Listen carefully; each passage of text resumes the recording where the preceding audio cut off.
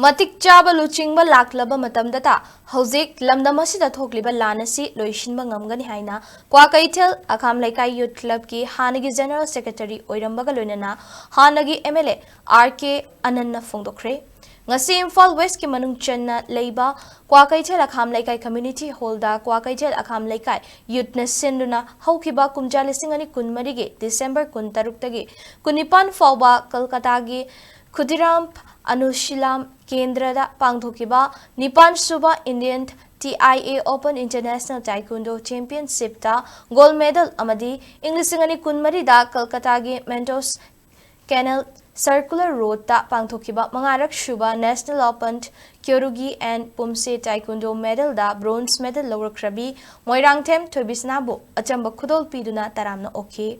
Taramna Opagi Thoramadugal Mari Lenana RK Anand Makha Taraduna Manipur da Lairiba Miyoi Kuding Makna Achauba Chamamnaba Amagaloina Hingli Mitop Singna Lan Taurak Labasu Chara Helabasu Chingnik Haikrabasu Amadi Maimut Labasu Aikoigi E Tong the Yauriba Masana Asidi Kak Tadoktana Malemgi Mamangda Mingchet Puraknaba Hotna Ribasi Tagatningaini Sanaroi Shingidamak Laingak na Pigani Haiba Kudong Chaba Sing Adu Pidabadagi Mari Lainaba Shingda Tomjinba Amadi Kongjang Jangshinba si Laibak Tibani Sanaroi Shingi Tungi Punsi Amadi Lambi Sem Naba Aikoi Punna Hotnaminabada Matautai Haiki Tauram Aduda Laikai Dugi Class 1 Dagi Class 9 Fawbada Laiba Rank 1 Dagi 5 Fawba Chalakpa Mahiroi Singdasu Selgi Manapiduna Ikai Kunabu Utki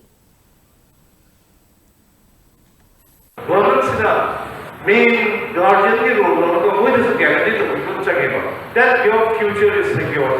Nangi tungi life say, I quit the market secretary, often what's a country and I governor young Tony, who is a young Chaba trader. A queen either put the right walk of Chaba trader. We have the Hapa, Sienba, and Chaba to the same merchandise and the struggle to enter the share. This is a character to the height of the maintains Manipuri, characters there, national characters there to see. The going to the power of the law, the city, Japanese, Palapo, the city of Laklaba, the way to the reality to walk through the city. See, I don't have for that. I want to give due credit to her.